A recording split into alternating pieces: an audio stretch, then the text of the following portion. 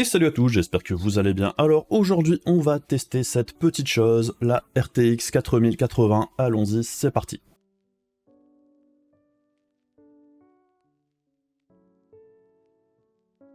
Alors la RTX 4080, eh bien c'est la seconde carte de la gamme RTX 4000 après la sortie de la 4090 le mois dernier. Et une des grosses différences avec la 4090, eh bien c'est qu'ici ce n'est pas la même puce qui équipe la 4080 par rapport à la 4090, ce qui est assez différent de ce qui s'était passé sur la génération précédente. La 3080, grosso modo, c'était une 3090 découpée, mais elle partageait la même puce. Eh bien ici ce n'est pas le cas. Et donc là où la RTX 4090 est basée sur la puce avec le nom de code AD102, et bien pour la RTX 4080, on aura une puce basée sur le AD103. Et c'est d'ailleurs la première fois qu'NVIDIA utilise une puce type 103 pour le segment grand public pour PC de bureau, puisque même si sur la génération précédente on avait eu un GA103 qui a existé et qui a été produit principalement pour les PC portables, on n'avait pas vraiment retrouvé de GA103 complet par exemple sur le marché des PC de bureau. Donc ici c'est bien une approche différente pour créer la 4080, mais c'est loin d'être la première fois qu'NVIDIA utilise une puce plus petite pour faire une carte de la gamme 80. Puisque pour rappel, sur les RTX 2000, c'était du TU104 qui avait été utilisé pour faire la 2080, la gamme GTX 1000, c'était pareil, on avait eu le GP104 et non pas le GP102 qui équipait les 1080 Ti par exemple. Mais bref, utiliser la plus grosse puce disponible pour produire la gamme 80, c'est pas forcément quelque chose d'automatique et qui se fait à chaque fois. Nvidia l'a fait à certains moments, comme par exemple avec la gamme Ampere de la génération 3000, et il l'avait fait également il y a plusieurs années sur des gammes un petit peu plus anciennes, mais la plupart du temps, Nvidia utilisait plutôt des puces type 104 pour la gamme 80, et il gardait les plus grosses puces soit pour les 80 Ti, ou les Titans, et dernièrement la gamme 90. Et donc oui, en tant que consommateur, je pense que la plupart d'entre nous auraient préféré qu'NVIDIA procède de la même façon que sur la génération précédente, et d'utiliser une 4090 castrée pour produire de la 4080. Bon, ici ce sera pas le cas, par contre ça laisse très clairement le champ libre pour une éventuelle 4080 Ti plus tard, qui sera elle basée sur le AD102, et non pas le AD103 de la 4080 qui nous intéresse aujourd'hui. Mais revenons justement à notre AD103, et effectivement, l'AD103 c'est une puce bien plus petite que sa grande sœur, puisque l'on passe d'une puce de 608 mm² avec 76 milliards de transistors à une puce de 379 mm² et quasiment 46 milliards de transistors. Par contre, les deux puces sont bien gravées sur le process 4N de chez TSMC, qui est une légère évolution du 5 nanomètres, plus classique on va dire.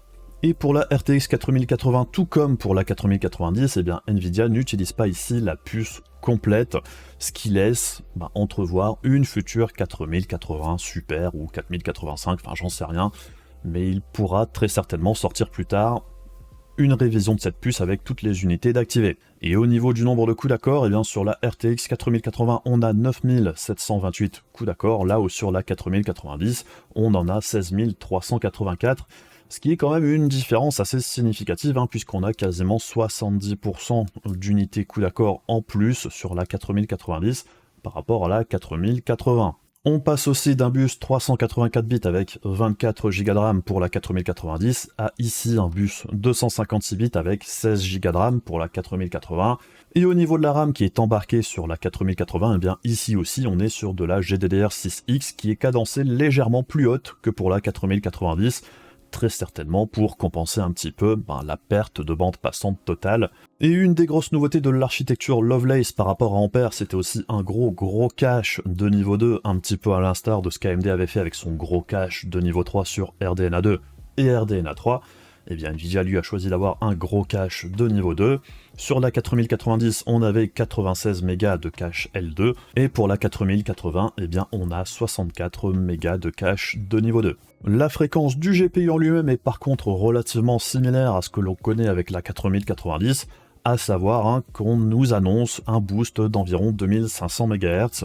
Après en application c'est différent, puisque tout comme la 4090, eh bien la 4080 en réalité, quand on l'utilise, on tourne plus souvent aux alentours des 2700 voire 2800 MHz, à stock, il n'y a pas besoin d'overclocking pour arriver à ce type de fréquence. Et au niveau de la consommation ici, eh bien on a quelque chose de beaucoup plus raisonnable que la 4090 et ses 450 watts de TGP, puisqu'ici pour la 4080, on nous annonce un TGP de 320 watts, tout comme la RTX 3080 de la génération précédente. Et en ce qui concerne le reste des spécifications, eh bien c'est la même chose que pour la RTX 4090 sur tous les points. Donc on a bien le nouveau connecteur 12 volts qui est présent ici. On espère bien évidemment que les soucis liés à ce nouveau connecteur qui était apparu avec la 4090 n'impacteront pas la 4080 ou peut-être moins, et on espère bien évidemment que peu importe d'où venait le problème, Nvidia pourra régler ça assez rapidement, puisque bon, pour l'instant, ça reste un point d'interrogation et d'inquiétude pour l'utilisateur final. Puisqu'on est bien d'accord, quand on met autant d'argent dans un nouveau GPU, eh bien on n'a pas envie d'être inquiet sur le fait qu'un des connecteurs peut être amené à fondre pour une raison ou pour une autre. Et bien évidemment, tout comme pour la 4090 et toutes les autres Founders Edition de la génération 3000, eh bien Nvidia fournit un adaptateur avec les RTX 4080 pour pouvoir utiliser ce nouveau connecteur pour ceux qui n'ont pas encore d'alimentation de nouvelle génération ou d'adaptateurs qui sont produits par les fabricants d'alimentation également pour les anciennes alimes. Et là où l'adaptateur pour la 4090, on avait 4 fois 8 pins, et bien pour la 4080, on a ceci, donc c'est un adaptateur avec 3 fois 8 pins, qui est similaire à celui qu'on avait par exemple sur la 3090 Ti, mais il y a quand même une petite différence entre les deux, puisque pour l'adaptateur de la 3090 Ti, on n'avait pas les 4 petits pins en plus qui ont été rajoutés sur le connecteur il n'y a pas très longtemps. Mais il est quand même intéressant de noter qu'avec la 3080 Founders Edition qui avait la même consommation de 320 watts, l'adaptateur qui était fourni par Nvidia à l'époque n'avait que 2 fois 8 pins et non pas 3 comme c'est le cas ici pour la 4080. En ce qui concerne les sorties vidéo, eh bien c'est toujours exactement la même configuration avec 3 DisplayPort 1.4a et un port HDMI 2.1. Donc oui, c'est dommage ici encore une fois de ne pas avoir du DisplayPort 2.0 ou 2.1 avec cette nouvelle génération, c'est très clairement une faiblesse de la génération Lovelace à l'heure actuelle. Mais bon, on n'a pas trop de choix. Pour l'instant, si on veut viser les hauts framerate avec les nouvelles générations de cartes Nvidia en 4K par exemple, il faudra obligatoirement passer par le DSC.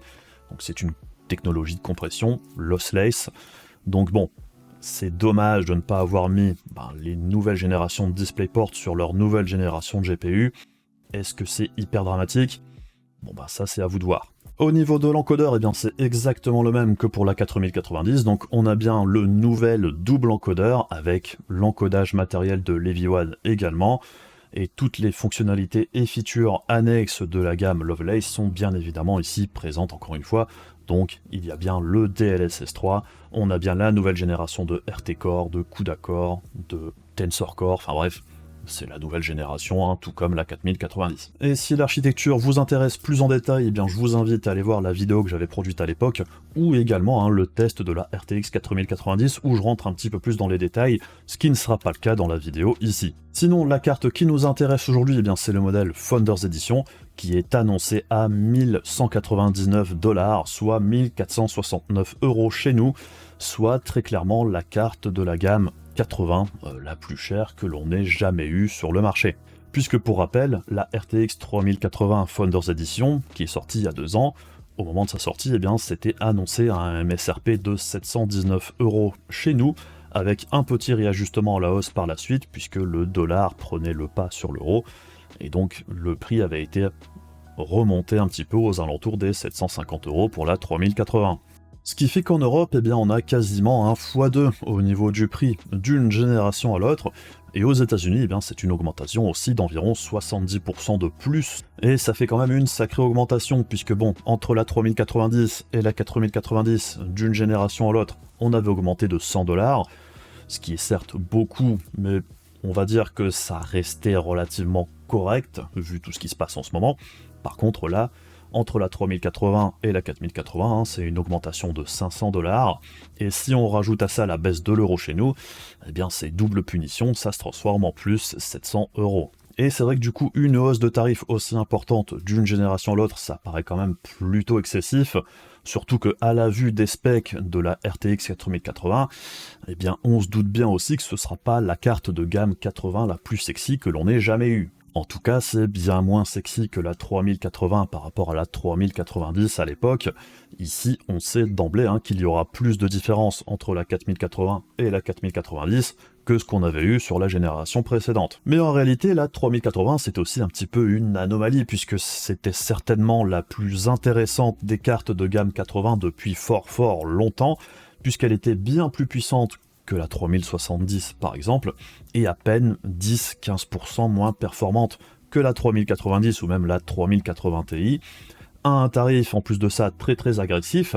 On n'avait pas eu une carte aussi intéressante dans la gamme 80 depuis fort longtemps. Donc ici on se retrouve avec une carte de gamme 80 plus classique, je dirais, ou similaire à ce qu'était la 2080 ou la 1080 à l'époque, ce qui en soi n'est pas forcément hyper dérangeant si le prix est cohérent.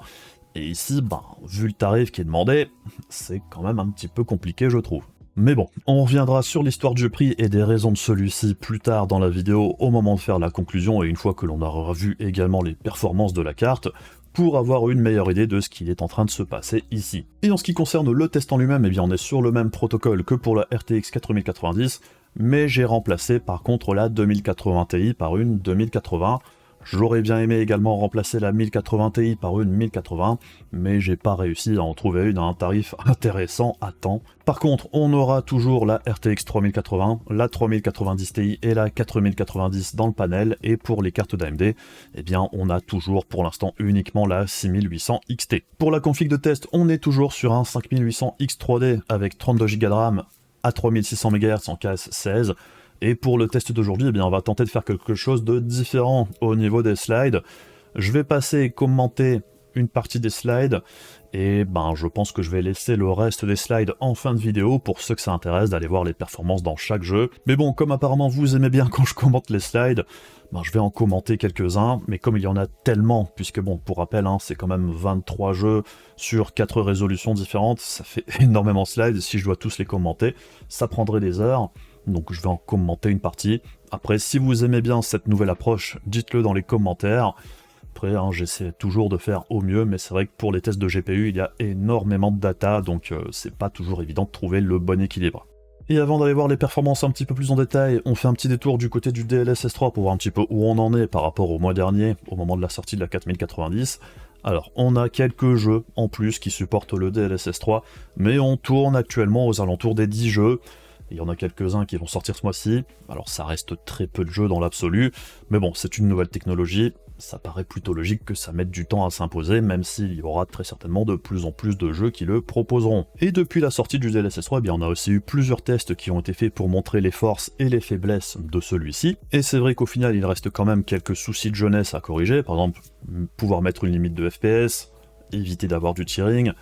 Et aussi, la grande question, c'est est-ce que le DLSS 3 fonctionnera bien avec des cartes moins puissantes que des cartes type 4080 et 4090, puisque pour pouvoir tirer le meilleur parti du DLSS 3, il faut déjà avoir des performances relativement correctes de base, ce qui est effectivement un petit peu paradoxal, puisque la 4090 et la 4080, c'est pas forcément les cartes qui ont le plus besoin de ce type de technologie, même si, déjà à l'heure actuelle, il y a certains jeux où je vois tout à fait l'intérêt de l'avoir.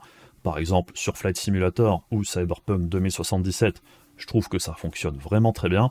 Par contre, sur Spider-Man, c'est pas forcément indispensable, vu les performances de base du jeu, on n'est pas vraiment obligé de l'activer.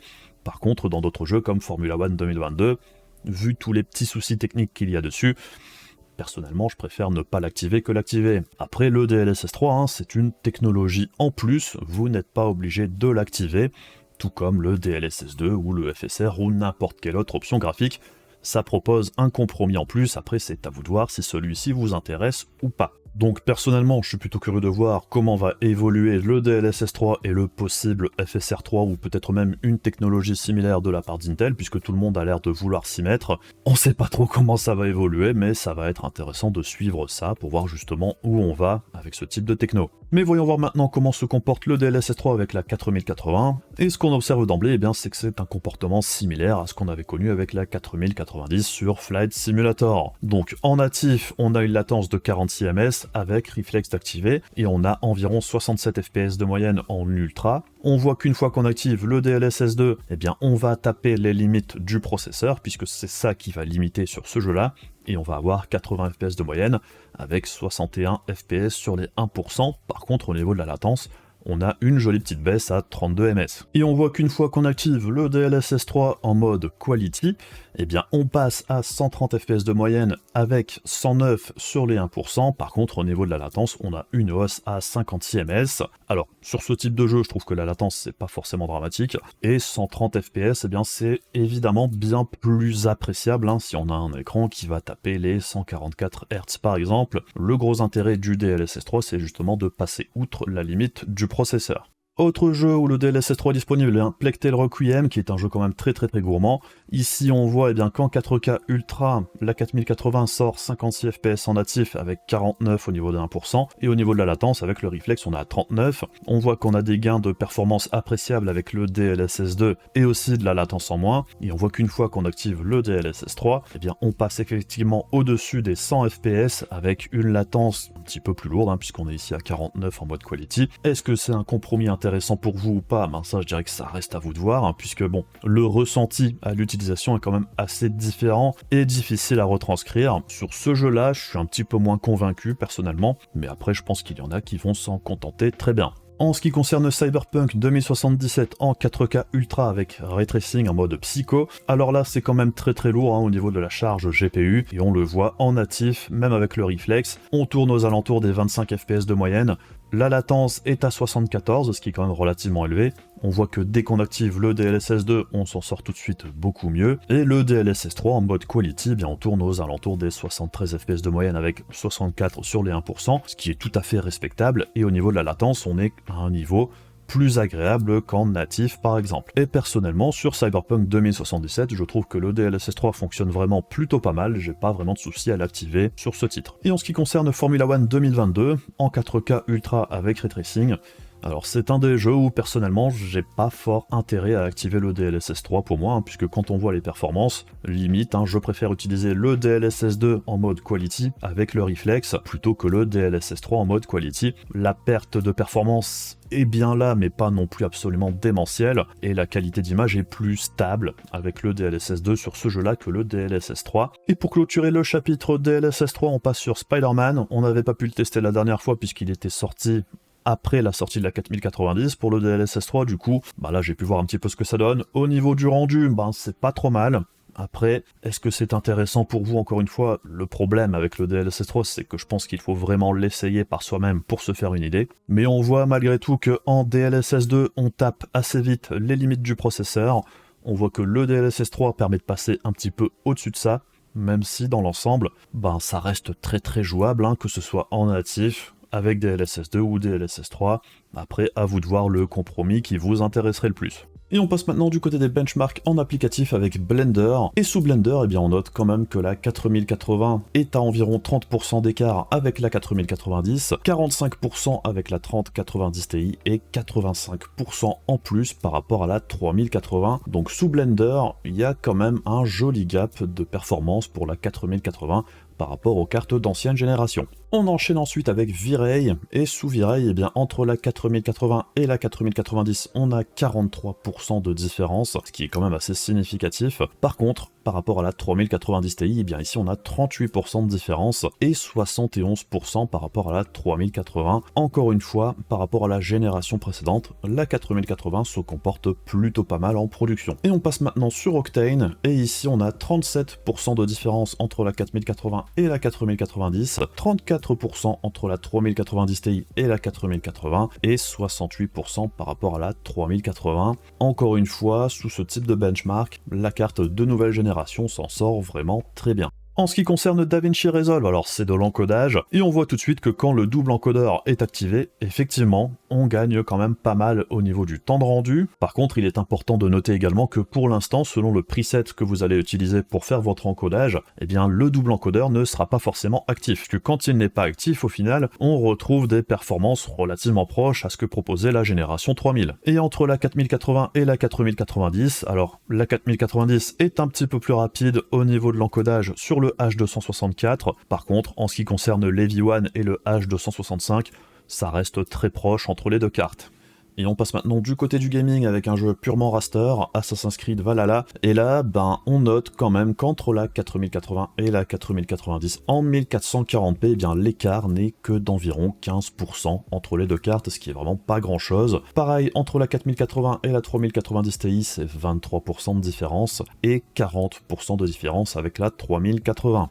Et une fois arrivé en 4K, et bien là c'est 24% de différence par rapport à la 4090, 15% par rapport à la 3090, donc ça diminue un petit peu l'écart, et 41% par rapport à la 3080, où là ça reste un écart qui se maintient entre les deux cartes. On enchaîne avec Cyberpunk 2077 en 1440p, entre la 4080 et la 4090 on a 21% de différence, avec la 3090 Ti c'est 26%, et avec la 3080 ici on a 51% de différence, donc l'écart générationnel est quand même plutôt conséquent entre les deux cartes. Et en 4K, eh bien c'est un petit peu comme sur Assassin's Creed, à savoir que l'écart entre la 4090 et la 4080 grossit un petit peu, puisque maintenant on est à 26%, l'écart avec la 3090 Ti lui diminue un petit peu, puisque maintenant on n'est plus qu'à 18% de différence, et par rapport à la 3080 on est à 47%.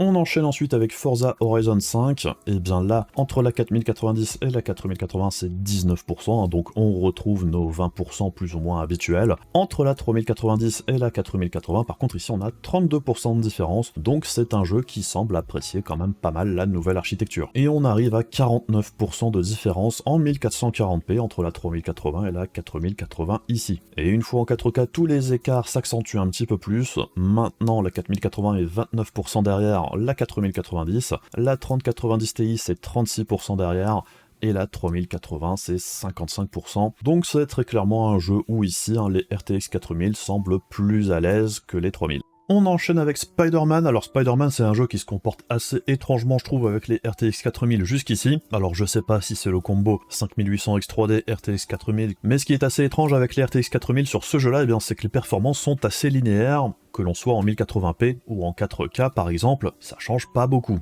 Ce qui n'est pas vraiment le cas pour les RTX 3000 par exemple, ce qui fait que là par exemple en 1440p Ultra, la 4080 se retrouve en dessous de la 3090 Ti ou de la 3080. Par contre une fois que l'on passe en 4K, et bien là c'est l'inverse, la 4080 se retrouve devant la 3090 Ti et devant la 3080 avec un écart de performance relativement classique. Donc est-ce que c'est la scène que j'utilise? J'en sais rien, je fais juste un petit tour dans la ville pendant 2 minutes, mais en tout cas les performances à chaque fois, on se retrouve avec ce type d'écart, que ce soit dans les résolutions plus basses ou en 4K, donc c'est cohérent sur ma config de test en tout cas. On passe ensuite sur Hitman 3, alors Hitman 3 c'est intéressant puisque le comportement est un petit peu différent par rapport aux autres jeux. On voit ici qu'en 1440p Ultra, malgré un FPS moyen assez élevé, la 4080 sur les 1% fait moins bien que la 3090 Ti. Par contre, une fois que l'on passe en 4K, l'écart est un petit peu plus marqué entre la 3090 Ti et la 4080, à l'avantage de la 4080 ici, même si les 1% sont au final assez proches des 1% de la 3090 Ti, et la 4090 reste intouchable. Et c'est aussi un des jeux où on a un des plus gros écarts entre la 3080 et la 4080, puisqu'ici en 4K, on tourne aux environs des 68% de performance en plus pour la 4080. Sur Plectel Requiem en 1440p, ce sont les écarts plus ou moins habituels entre les différentes cartes.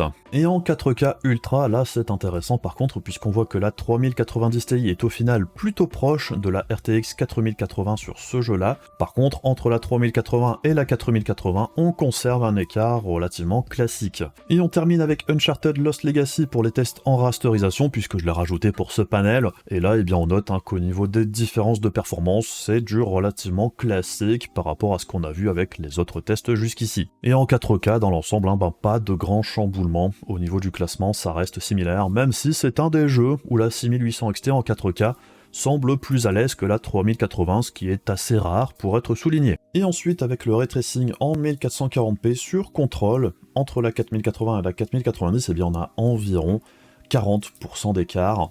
Entre la 3090 et la 4080, c'est 18%. Et la 3080 est elle 48% derrière. Donc très clairement, en ce qui concerne le ray tracing, la 4080 est quand même un bon cran derrière la 4090. Et une fois que l'on passe en 4K, c'est un petit peu la même histoire, 45% de différence entre les deux RTX 4000. La 3090 Ti est elle seulement 11% derrière la 4080, et la 3080, elle, est 55% derrière. Donc c'est intéressant de noter qu'en 4K, l'écart, que ce soit en raster ou en ray tracing, entre la 3090 Ti et la 4080, a tendance à se diminuer.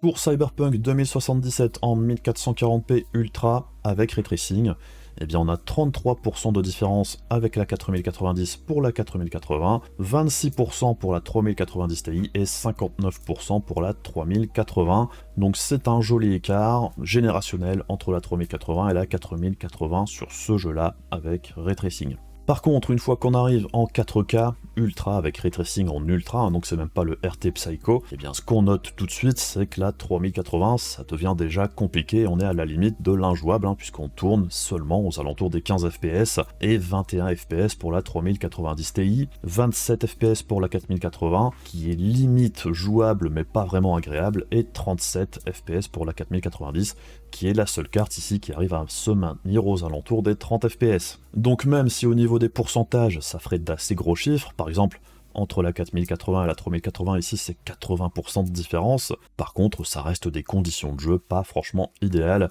et quoi qu'il arrive sur ce jeu-là, avec le ray tracing à fond de balle, il faudra forcément passer par la case DLSS d'une façon ou d'une autre sur toutes les cartes du panel.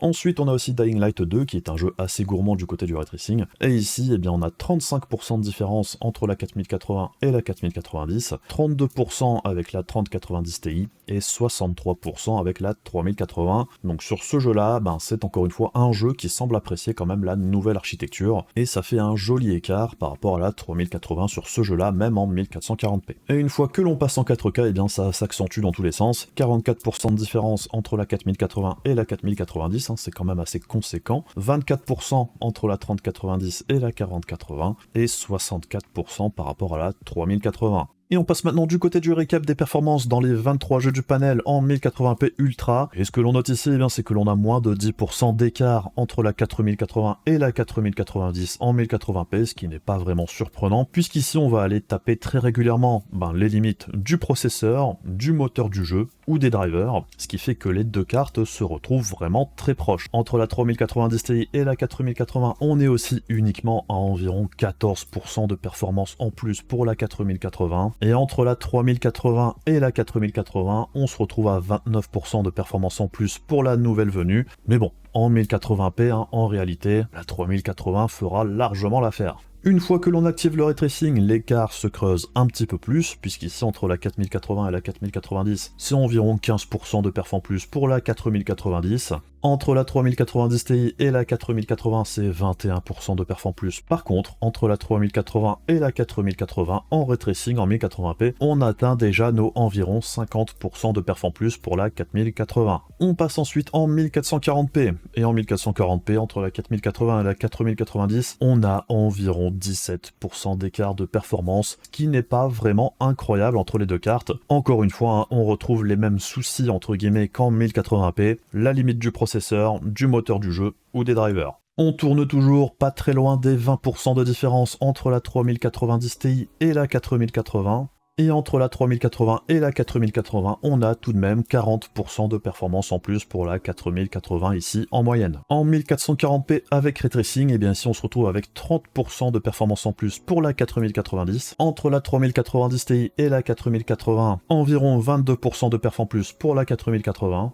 Et entre la 3080 et la 4080, ici on est à 55% de perf en plus pour la 4080. On passe ensuite au 3440 par 1440 en rasterisation. Eh bien on arrive à 20% d'écart entre la 4090 et la 4080, et entre la 3090 Ti et la 4080, eh bien c'est environ 19% de performance d'écart aussi. Et entre la 3080 et la 4080, ici, on commence à se rapprocher de plus en plus des 50% d'écart. En 3440 par 1440 avec ray tracing, eh bien ici on a environ 25% de performance de différence entre la 4080 et la 4090, et on tourne toujours aux alentours des 20% par rapport à la 3090 Ti. La 3080, quant à elle, eh bien on est à 51% d'écart avec la 4080. Et on passe maintenant en 4K Ultra. En rasterisation, eh bien la 4090 est 30% plus performante que la 4080 environ. Entre la 3090 Ti et la 4080, c'est 18% de performance en plus pour la 4080. Et entre la 3080 et la 4080, c'est environ 48%. Et c'est plus ou moins ce à quoi on s'attendait vis-à-vis des chiffres que l'on avait vus auparavant. En 4K avec Ray Tracing en Ultra, par contre la différence entre la 4080 et la 4090 est un petit peu plus marquée, puisqu'on arrive maintenant à 40% de perf en plus pour la 4090. Entre la 3090 Ti et la 4080, on tourne toujours aux alentours des 22%. Et entre la 3080 et la 4080, ici, c'est environ 60% de perf en plus pour la 4080. Et donc, comme la dernière fois, eh bien, j'ai fait du perf par watt dans chaque résolution. Et on voit qu'en 1080p détail ultra, au niveau de la consommation, en moyenne, sur 23 jeux, je le rappelle, hein, c'est une moyenne sur 23 jeux. Donc il y a des jeux, ça va consommer plus, et d'autres où ça va consommer moins. Et on se retrouve ici avec une consommation de 200 watts environ pour la 4080. Ce qui au final nous rapproche de la consommation de la 4090 qui est à peine plus élevée dans cette résolution-là. Et si on compare à la consommation de la 3090 Ti et de la 3080 dans les mêmes conditions, eh bien on a eu une forte évolution du performance par watt entre la génération 3000 et la génération 4000. Une fois que l'on active le ray tracing en 1080p, eh bien on augmente la consommation légèrement, puisqu'ici la 4080 passe à 236 watts de consommation en moyenne, et la 4090, elle, passe à 273 watts. Et on est quand même très loin de la consommation de la 3090 Ti dans les mêmes conditions qui, elle, se rapproche déjà des 400 watts de consommation. Et pour la 3080, eh bien on tourne déjà aux alentours de son maximum, puisqu'on est à 325 watts ici. En 1440p en rasterisation, la 4080 c'est 237 watts de consommation en moyenne, la 4090 c'est 264 watts, et on se retrouve encore une fois pas très loin d'une efficacité énergétique multipliée par 2 par rapport à la génération précédente. Une fois que l'on active le ray tracing, eh bien on voit que l'écart entre la 4080 et la 4090 est un petit peu plus marqué à l'avantage de la 4090, et c'est plutôt logique vu qu'elle a de bien meilleures performances en ray tracing que la 4080. En 3440 par 1440, la consommation continue d'augmenter de façon globale, bien évidemment. On arrive aux 252 watts de conso pour la 4080, ce qui reste tout à fait acceptable. La 4090, elle passe au-dessus des 300 watts de conso, ce qui est plutôt correct pour une carte de ce calibre. La 3090 Ti, on vient taper les 400 watts en moyenne, et la 3080, eh bien elle reste maintenant aux alentours de sa limite de conso, aux alentours des 330-350 watts grand max. Ensuite, en ray tracing, 252 watts de conso pour la 4080, 350 watts pour la 4090. La 3090, elle, est maintenant au-dessus des 400 watts, et la 3080, elle reste à peu près où elle est depuis tout à l'heure. Et enfin, une fois qu'on arrive en 4K, la 4080, en moyenne, sur 23 jeux, c'est 273 watts de conso.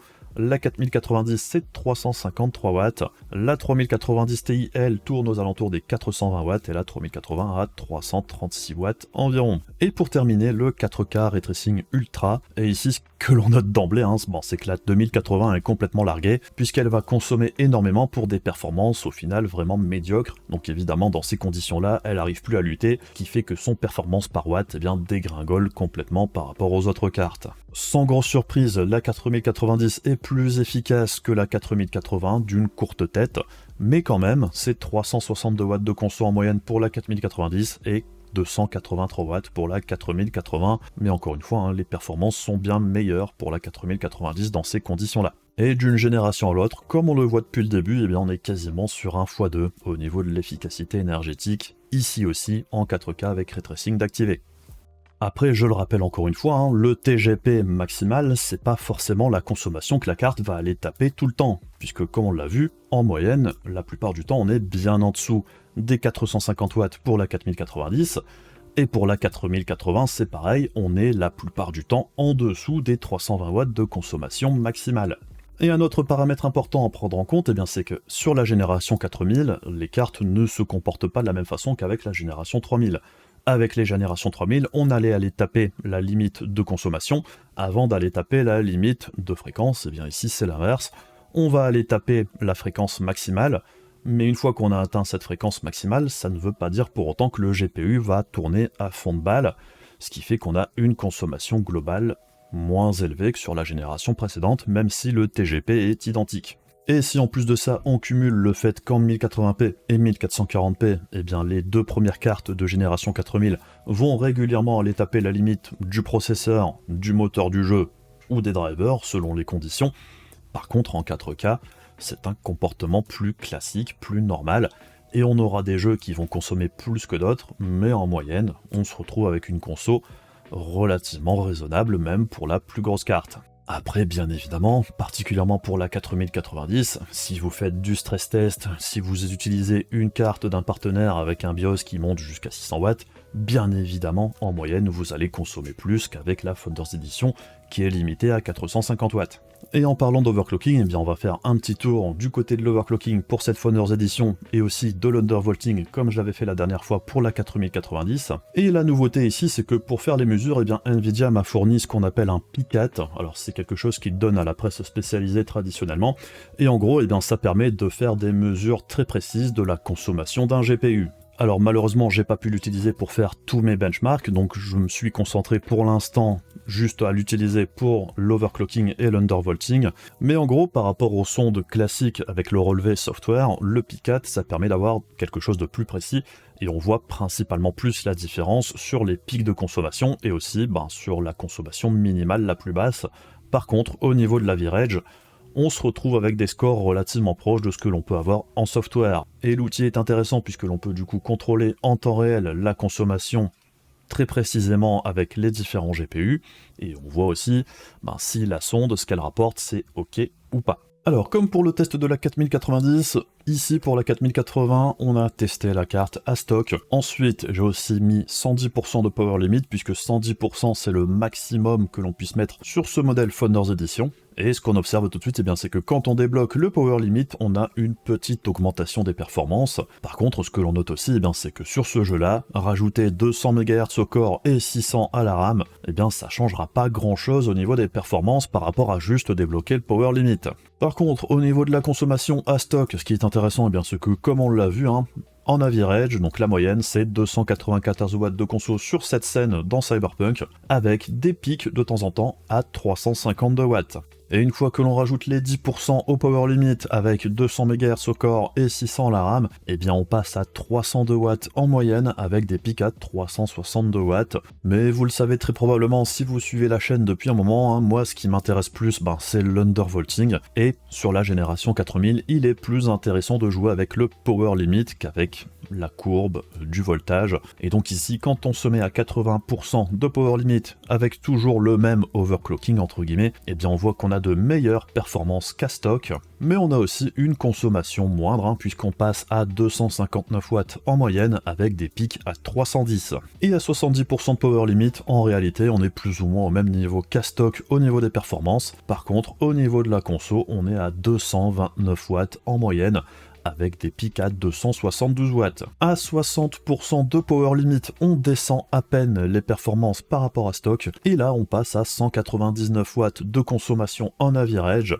et avec des pics à 240 watts de conso, ce qui est vraiment pas très élevé dans l'ensemble. Et comme on l'avait déjà vu avec la 4090, quand on passe à 50% de power limit, là par contre on perd quand même pas mal en performance, puisque l'on passe maintenant en dessous des 50 fps de moyenne, ce qui est quand même assez significatif. Par contre au niveau de la conso, ici on est à 170 watts de moyenne environ, avec des pics à 197. Donc sur ce test, j'ai pas testé sur 5000 jeux au niveau de l'overclocking et de l'undervolting, mais sur Cyberpunk, on voit quand même que l'undervolting, encore une fois, c'est ce qu'il y a de plus intéressant, et on voit que l'on peut avoir des performances similaires à stock en consommant beaucoup moins, et on voit que l'on atteint un certain équilibre, un petit peu comme avec la 4090, entre 60 et 70% de power limit.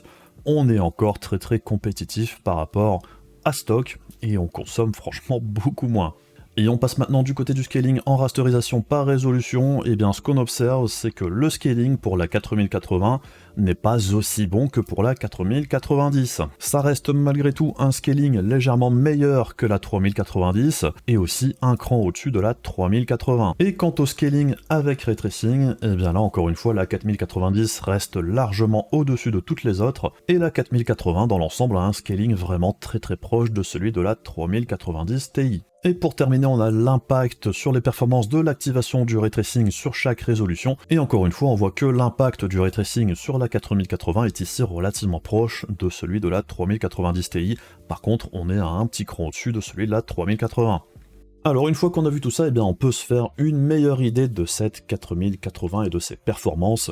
Et ce qui en ressort pour moi, eh bien c'est que le gain générationnel entre la 3080 et la 4080 est d'environ 50% en moyenne, que ce soit en rasterisation ou en ray tracing, ce qui est tout à fait acceptable et respectable pour une carte de gamme 80. Je trouve que c'est pas la carte de type 80 la plus impressionnante qu'on ait jamais eue, puisque par exemple le gap entre la 2080 et la 3080 est plus important, mais ça reste un gain générationnel relativement correct. Et je note quand même qu'en applicatif, les performances de la 4080 sont vraiment très bonnes dans l'ensemble, et le gap de performance est bien plus important au niveau des applis qu'en gaming, donc c'est aussi quelque chose à garder à l'esprit quand on évalue cette 4080. On peut aussi noter que malgré l'avalanche de transistors et de coups d'accord en plus, et l'écart assez énorme au niveau des specs entre la 4080 et la 4090, et bien au final, en gaming, on se retrouve avec un gap quand même bien moins important que ce que pourrait laisser supposer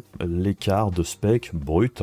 Au final, on est avec une carte qui tourne aux alentours des 30% de moins au niveau des performances par rapport à la 4090 en jeu, avec parfois des écarts plus importants, particulièrement avec le ray tracing. Et au niveau de la consommation, eh bien dans l'ensemble, on est ici sur une carte qui est plutôt raisonnable.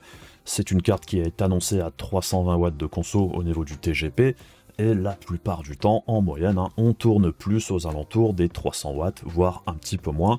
Donc c'est plutôt correct, et si en plus vous faites un léger undervolting, on arrive assez facilement aux alentours des 250 watts de conso, tout en ayant des performances similaires à ce que l'on a à stock. Et si on prend en compte que par rapport à la 3090 Ti, on a grosso modo 20% de perf en plus pour cette 4080, tout en consommant quand même beaucoup moins, l'écart d'une génération à l'autre est pas si mauvais que ça. Après, évidemment, le gros problème de la carte au final, c'est pas vraiment ses performances, puisqu'elles sont relativement correctes, voire très bonnes dans l'ensemble, c'est plus son placement tarifaire, puisqu'à 1500 € le ticket d'entrée, ça se destine évidemment pas à toutes les bourses, et c'est aussi, comme je l'ai dit précédemment, la carte de la gamme 80 la plus coûteuse que l'on ait jamais eue jusqu'ici. Mais bon, ça je pense que tout le monde l'avait remarqué, et ce qui me paraît au final un petit peu plus intéressant que de juste râler et de se fâcher tout rouge sur le tarif, c'est essayer de comprendre justement ce qui est en train de se passer et pourquoi les prix sont ce qu'ils sont à l'heure actuelle. Et à la vue des performances de la carte, des prix et du marché des GPU actuellement, eh bien il me semble surtout évident que le placement tarifaire des RTX 4000 est principalement celui de la 4080 plus que la 4090, c'est surtout en fait de ne pas rentrer en concurrence avec la gamme RTX 3000 qui reste sur le marché. Puisque vous vous doutez bien que si la 4080 était sortie à 800 $, ce qui aurait été vraiment très bien dans l'ensemble, ça aurait fatalement précipité le tarif des RTX 3000 vers le bas de façon assez radicale, et c'est pas vraiment quelque chose qui est dans l'intérêt d'NVIDIA, ou même d'AMD dans une moindre mesure, mais AMD applique aussi également le même procédé avec sa 7900 XT actuellement, qui ne coûte par exemple que 100 $ de moins que la XTX, malgré des performances très probablement un bon cran en dessous de celle-ci. Et au final, il suffit de regarder les performances et les prix pour comprendre ce qu'il se passe.